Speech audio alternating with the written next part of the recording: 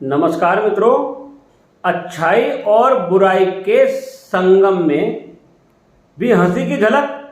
जानिए मामला क्या। यदि आप इस चैनल पर नए हैं तो इस चैनल को सब्सक्राइब करने की कृपा करें ताकि हमारी और आपकी आगामी मुलाकातें पक्की हो सकें। इस हास्य वीडियो को अंत तक देखिए और आनंद प्राप्त कीजिए। अच्छाई और बुराई के संगम में भी हंसी की झलक।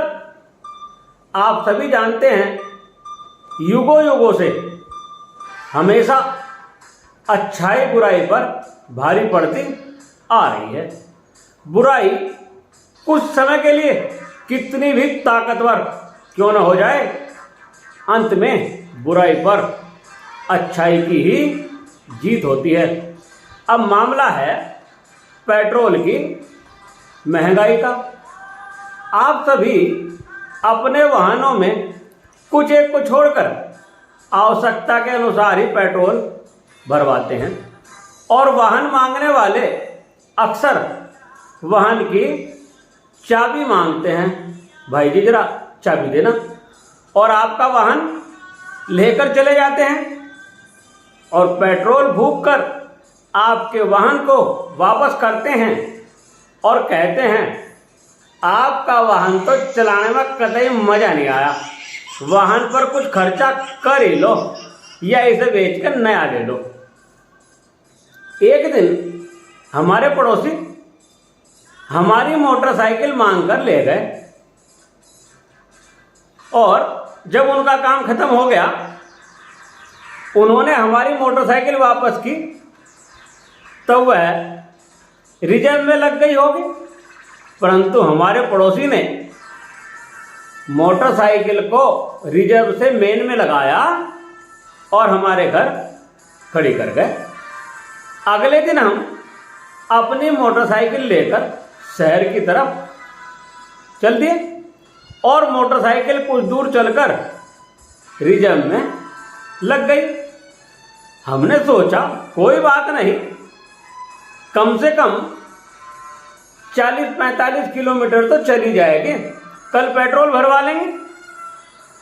हम अपना आधा रास्ता चले और जंगल बियाबान में मोटरसाइकिल बंद हो गई, पेट्रोल की टंकी खाली। अब क्या करें? हम बड़ी मेहनत से मोटरसाइकिल में धक्का मार रहे थे, चल रहे थे। चलते चलते रास्ते में एक पुरानी बड़ी सी हवेली आ गई। हवेली की ऊपरी मंजिल की खिड़की खुली खटाक। खिड़की से एक बुजुर्ग ने आवाज लगाई, बेटा क्या हुआ, थक गए हो, पानी पियोगे? हम भी काफी थक चुके थे। हमने भी हाथ के इशारे से कहा, जी बाबूजी हमें प्यास लगी है। फिर ऊपर खिड़की से आवाज आई, बेटा गेट पर खड़े रहो, हम आवा हैं अभी। हम गेट पर खड़े रहे। 5 मिनट हो गई, 7 मिनट हो गई, 10 मिनट हो गई। तब हमने मन में सोचा, बड़ा अजीब बुढ़ा है, जब पानी नहीं पिलाना था तो रोकता ही क्यों है। कुछ देर बाद हवेली का गेट खुला। बाबूजी ने कहा, आओ बेटा बैठो, पानी पियो और चाय भी पियो। बेटा चाय बनाने में देर तो लगी, इसे ही कहते हैं बुढ़ापा। हमने पानी पिया और चाय पीनी शुरू की तो चाय में मीठा बिल्कुल नहीं था। तब हमने मन में सोचा, बुढ़ा बड़ा खराब है, जब मीठा नहीं था तो चाय बनाने की क्या जरूरत थी। फिर बाबूजी ने कहा, अरे बेटा हम भूल गया, बतावा हमें चीनी कितनी लोगे।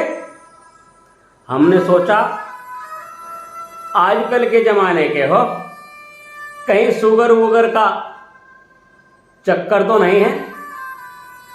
हमने चाय में खड़ी चम्मच वाली चीनी डाली और चाय पी, पूरा मज़ा आया, शरीर में जान सी आ गई। फिर बाबूजी ने कहा, बेटा शरीर में जान आई? हमने कहा, जी बाबूजी। फिर बाबूजी ने अपनी जेब से रिवॉल्वर निकाला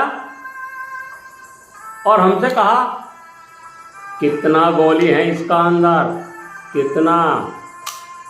और रिवॉल्वर मेज पर रख दिया